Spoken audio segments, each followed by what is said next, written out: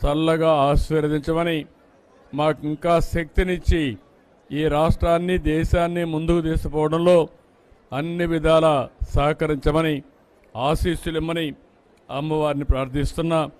ఈ సంవత్సరం మీరు చూస్తే 14-15లోనే కొన్ని పనులన్నీ కూడా ఘాట్ రోడ్ అభివృద్ధి చేశాం.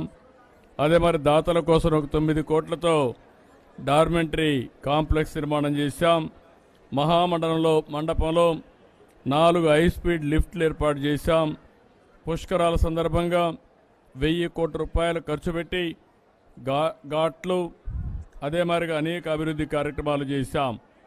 ఈరోజు మళ్ళీ 1500 మంది సామర్థ్యంతో 25 కోట్లతో నిర్మిస్తున్నటువంటి అన్నప్రసాద భవనం 6 నెలల్లో పూర్తవుతుంది.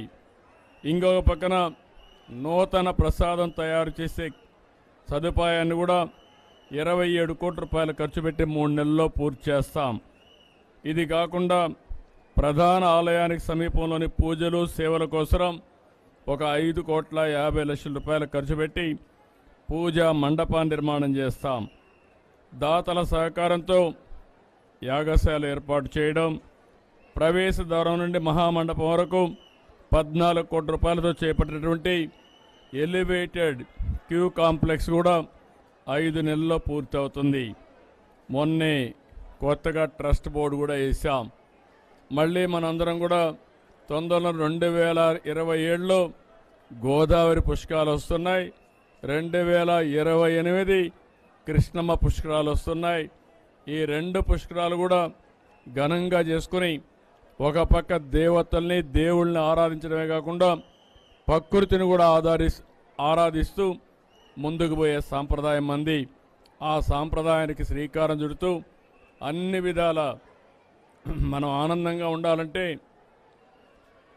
దేవతల దేవుళ్ళ యొక్క ఆశీర్వాదాలు కావాలి. ఎప్పుడు కూడా దుర్గమ్మను మనం ఒకటే కోరుకుంటాం, దుష్ట శక్తుల్ని అంతం చేసి అందరినీ కాపాడే తల్లి శక్తిపీఠం, శక్తివంతమైన తల్లి దుర్గమ్మ తల్లి. ఆ తల్లిని ఒకటే కోరుకున్నాం.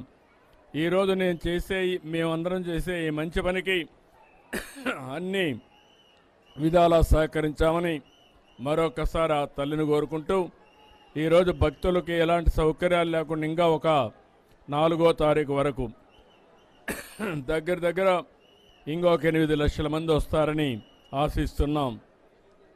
మొట్టమొదటిసారిగా విజయవాడ ఫెస్టివల్స్ కూడా దీంతో కలిపి చేస్తున్నారు. ఒకప్పుడు దసరా ఉత్సవాలంటే కలకత్తా గుర్తొచ్చేది, లేకపోతే మైసూరు గుర్తొచ్చేది.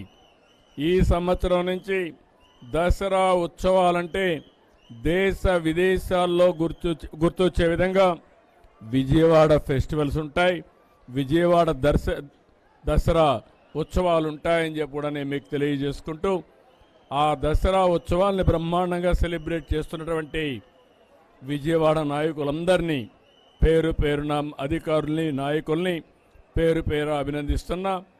వాళ్ళందరికీ కూడా దుర్గమ్మ తల్లి సహకరించి సుజావుగా జరపడానికి అన్ని విధాల ఆశీర్వదించవలసిందిగా కోరుకుంటూ అందరికీ నమస్కారాలు.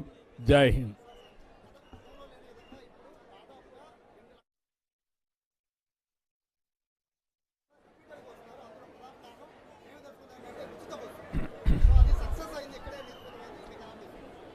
నేను చాలా సంతోషంగా ఉన్నాను.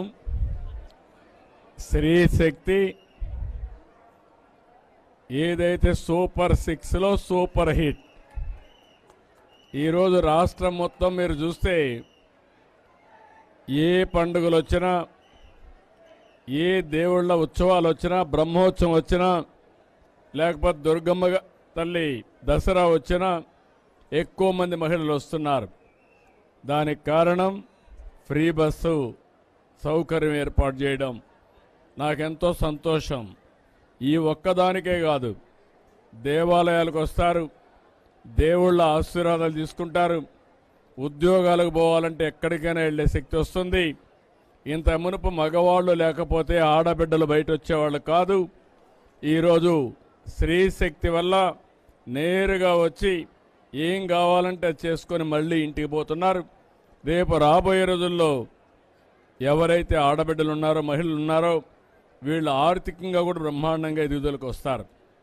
ఈరోజు మన రాష్ట్రంలో డాక్రా సంఘాలు చాలా బాగా ఉన్నాయి. ఈరోజు